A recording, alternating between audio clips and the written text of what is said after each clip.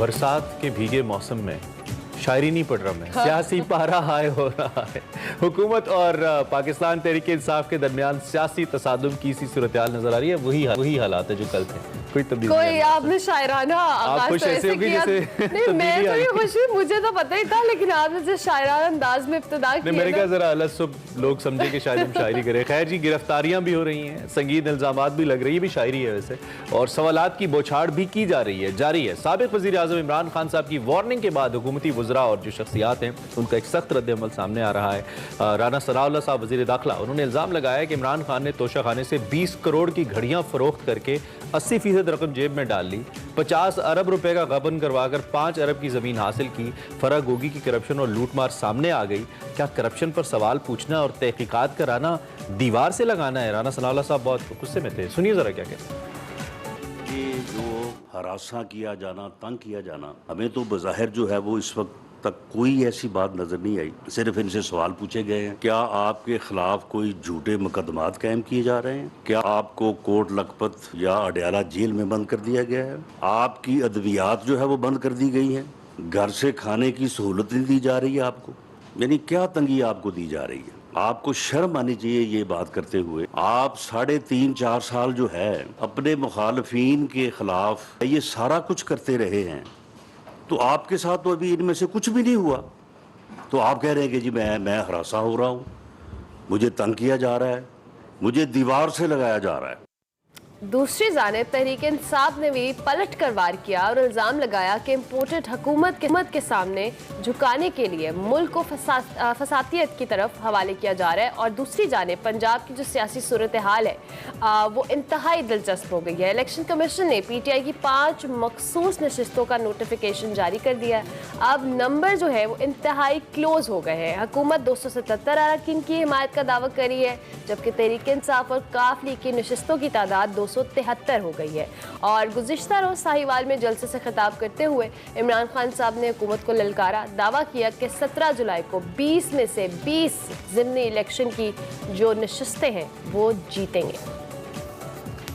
हमजा सुन लो, अगर तुम समझते हो कि तुम ये अंपायरों को साथ मिला के मैच जीत जाओगे, इलेक्शन कमीशन जो बिल्कुल बेज़मीर, वो इलेक्शन कमीशन जो इनके साथ मिलके इन चोरों को, इन लोगों को जिताने की कोशिश कर रही है, मेरा चैलेंज है, उसके बावजूद हम तुम्हें इलेक्शन हराएंगे।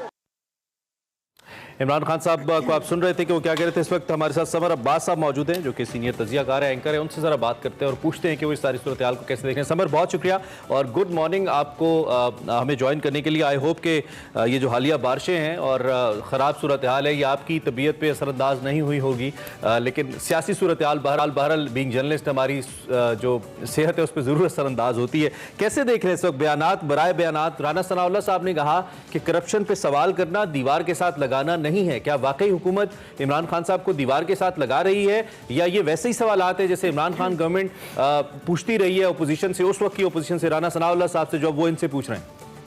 बहुत शुक्रिया इमरान, बहुत शुक्रिया अरुणा। बात यह कि जो खान साहब का बयान आया कि मुझे दीवार के साथ ना लगाया जाए, तो हुकूमत के बारे में तो था ही नहीं। राना सनाउल्लाह साहब वैसे ही वजाहतें देने बैठ के, उनका इशारा तो किसी और तरफ था, तो वो किसी और तरफ कह रहे हैं कि मुझे दीवार के साथ ना लगाया जाए। वो किसी और तरफ इस वक्त ये तकरीब, इसका बाकायदा आगाज़ हो गया है। ब्लू और ग्रीन लाइन बसेस, एक बस सर्विस जो है वो रवात से यकीनी तौर पे जो पिम्स हॉस्पिटल है वहाँ तक, एंड देन बाराकऊ से इस्लामाबाद के अंदर इसकी सर्विस का आगाज़ किया जा रहा है। मज़ीद डिटेल्स इसकी आना बाकी हैं, ताहम ये एक अच्छा आगाज़ है। इस हवाले से आपको बताते रहेंगे कि हुकूमत इस बारे में क्या करिए। समर, माजरत, as you know news update की जानिब हमें जाना पड़ा, लेकिन आप अपना जवाब वहीं से शुरू कीजिएगा। मुख्तसरन सवाल दोहरा देता हूँ, क्या वाकई इमरान खान साहब को दीवार से लगा रही है हुकूमत, या वही सवाल है जो इमरान खान साहब अपनी हुकूमत में उस वक्त की अपोजिशन से करते आए हैं, वही सवाल अब उनसे हो रहे हैं? बिल्कुल इमरान, जिस तरह मैंने पहले बात की कि इमरान खान साहब का जो इशारा था वो किसी और की तरफ था, वो राना सनाउल्लाह साहब या उनकी गवर्नमेंट की तरफ बिल्कुल भी नहीं था। अच्छा। तो उनकी वजाहत जहाँ पे मैंने करती थी बिल्कुल भी खान साहब इशारा कर रहे, अंपायर जो कहते हैं, न्यूट्रल्स कहते हैं, वो उनकी तरफ इशारा कर रहे हैं कि वो उन्हें कुछ रिलीफ दे।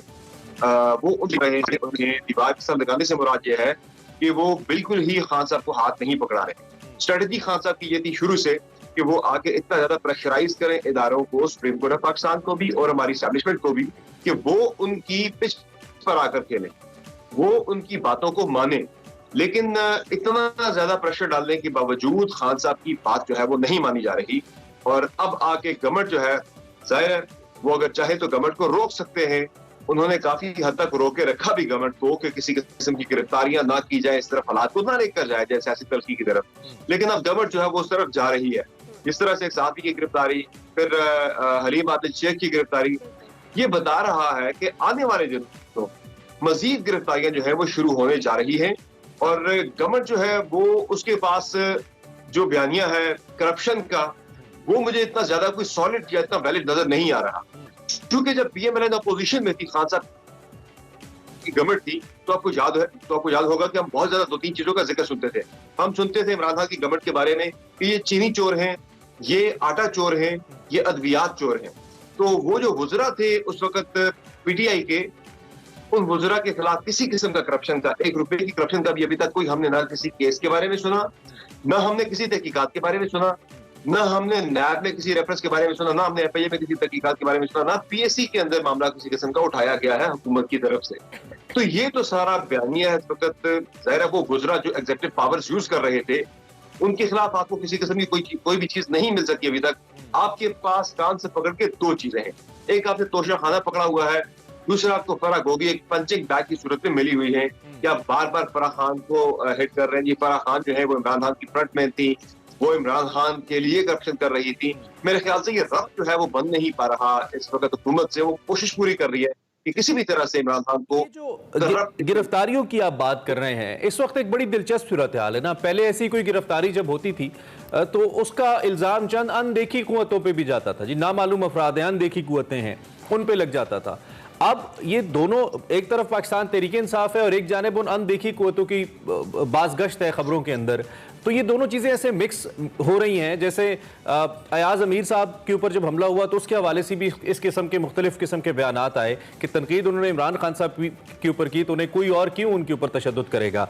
तो ये जो सूरत हाल इस वक्त डेवलप हो रही है, इसका पाकिस्तान के ओवरऑल पॉलिटिकल कल्चर के ऊपर क्या असर हो रहा है? सबर, ये बड़ी गैर यकीनी किसी सूरत हाल है। और जिस जमात का जो भी शख्स अगर इस तरीके से पकड़ा जाता है या उसके साथ कोई वाक़या होता है तो इल्ज़ाम किसी अनदेखी कुव्वत पे लगा दिया जाता है। ये हो क्या रहा है इस पॉलिटिक्स में? देखिए ये बड़ा आसान काम है, ये सबसे चूंकि आसान काम है, इदारों पे डाल देना सारा कुछ, और ये आगे भी ऐसे ही लोग डालते रहेंगे। इदारों का मैं आपको बताऊं, यहाँ पे सिर्फ इसलिए उनका नाम यूज किया जा रहा है, उन पे इल्जाम इसलिए लगा रहे हैं जो इस वक्त लोग जेर एताब हैं। वो ये कहते हैं कि उनकी मर्जी ये होती है कि इदारे रोकें। हुकूमत जो इक़दाम कर रही है, किसी को गिरफ्तार करती है, किसी लीडर को उठाती है, किसी और को उठाती है, उस पर तवक्को इमरान खान साहब की, उनकी पार्टी की है कि इदारे यहाँ अपना रोल प्ले करें और उन्हें रोकें ऐसा करने से।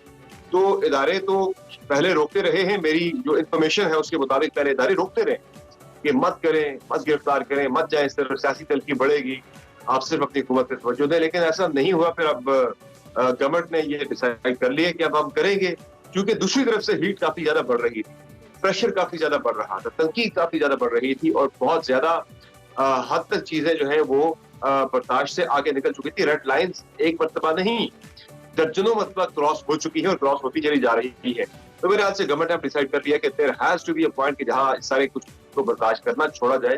दूसरा सबसे ज्यादा इंपॉर्टेंट चीज ये है कि आगे जो ज़िमनी इंतखाबात आ रहे हैं, ज्यादा इस वक्त जो गवर्नमेंट का फोकस है वो किसी भी तरह से डरा धमका के वो ज़िमनी इंतखाबात जीतते हैं, क्योंकि गवर्नमेंट के पास किसी किस्म का कोई पॉलिटिकल कैपिटल नहीं है इस वक्त। इतनी महंगाई करने के बाद गवर्नमेंट किस मुंह से जाके वोट मांगे अवाम से, ये उनके ऊपर एक बहुत बड़ा प्रेशर है। नंबर 2, हल्कों की अगर हम बात करें, जिन 20 हल्कों के अंदर ज़िमनी इंतखाबात हो रहे हैं, वहां पाकिस्तान तहरीक इंसाफ को एज हासिल है। अमूमन ये होता है कि ज़िमनी इंतखाबात गवर्नमेंट का होता है कि लोग गवर्नमेंट की पार्टी को वोट देते हैं या गवर्नमेंट के कैंडिडेट्स को वोट देते हैं, लोगों ने तरक्याती काम करवाने होते हैं। लेकिन यहाँ पे सूरत हाल मुख्तलिफ है। यहाँ पे सूरत हाल यह है कि जिन 20 हल्कों में इंतखाबात उनमें से 19 हल्कों में तो वही लोग इलेक्शन तकरीबन लड़ रहे हैं जो पाकिस्तान तहरीक इंसाफ के टिकट पे या इंडिपेंडेंट लड़े थे 2018 का इलेक्शन।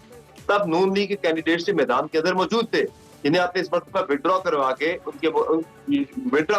उनकी जगह पर आपने नया कैंडिडेट खड़ा कर दी जो उनके मुखालिफ इलेक्शन लड़ रहा था, उनके खिलाफ कैंपेन कर रहा था। तो हल्के के अंदर ये होता है, हल्के की जो पॉलिटिक्स होती है उसके डायनामिक्स बड़े डिफरेंट होते हैं कि उन लोगों समर, आप चूंकि जिमनी इलेक्शन के हवाले से बात कर रहे हैं, दूसरी जानिब इमरान खान साहब ने भी कल एक स्टेटमेंट दी और जो PTI की जो 5 मखसूस नशिस्तें हैं उस पर भी इलेक्शन कमीशन ने नोटिफिकेशन तो जारी कर दिया है। अब सिचुएशन बड़ी दिलचस्प है और उसमें जो मुस्लिम लीग नून है, जैसे आपने खुद भी मेंशन किया कि उन्हें बहुत टफ टाइम मिलने वाला है, चूंकि तहरीक इंसाफ को एक एज तो हासिल है, लेकिन इमरान खान साहब कह रहे हैं जी कि 20 जुलाई को जो हमारी 20 में से 20 नशिस्तें हैं वो तहरीक इंसाफ जीतेगी। ये दावा महज दावा है या इसके पीछे कोई ऑब्वियसली तहरीक इंसाफ की वर्किंग है?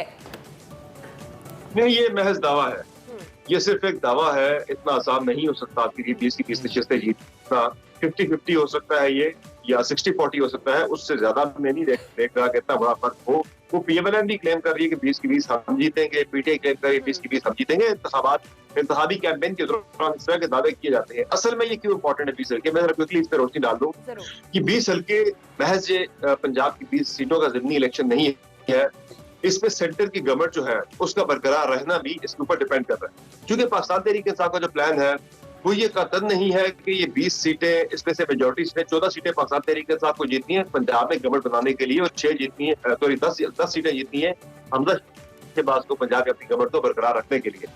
तो PTI अगर जीत जाती है 14 या 15 सीटों की गवर्नमेंट पंजाब में आ जाती है, तो ये गवर्नमेंट रखने के लिए PTI इलेक्शन नहीं लड़ रही, बल्कि PTI इसलिए ये इस पे जोर दे रही है सीटों पे कि उनकी मेजोरिटी आए, वो पंजाब के अंदर हुकूमत बनाए और अगले ही दिन जो उनके वज़ीर-ए-आला हैं वो असेंबली तोड़ दें। अब पंजाब की असेंबली तो टूट जाती है, सबसे बड़ा सूबा है पाकिस्तान का, 371 हल्के, वो टूट जाती है। उधर से KP की असेंबली भी पाकिस्तान तहरीक के साथ डिसॉल्व कर देती है। तो इतना बड़ा आईनी और